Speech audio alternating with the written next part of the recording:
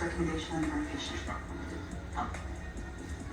Have you ever done Matthew Terry if there's any first patients yesterday? He was here overnight for observation. You were worried about concussion. He'll probably leave this afternoon. I think his mom's coming in. Can I agree that's fine?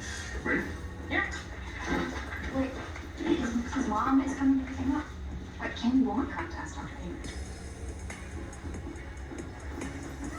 Joyce Bache, you and I put in a dialysis graft 2 weeks ago. She's had fevers to 102 and the site is red, tender, looks infected.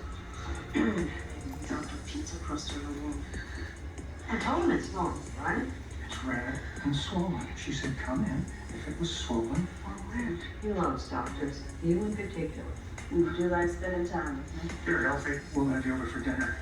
Well, he's right. So give her a gram of cefazolin. It's probably a post-operative infection. Dr. Murphy's going to run some labs and get an ultrasound. We'll figure out what's going on.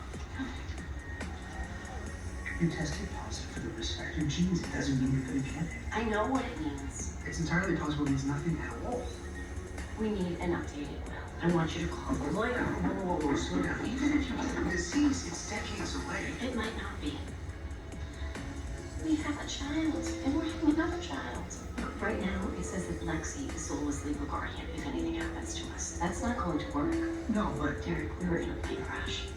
We don't need Alzheimer's. potential Alzheimer's. We need an updated will. Okay. You know what? I will contact the guy.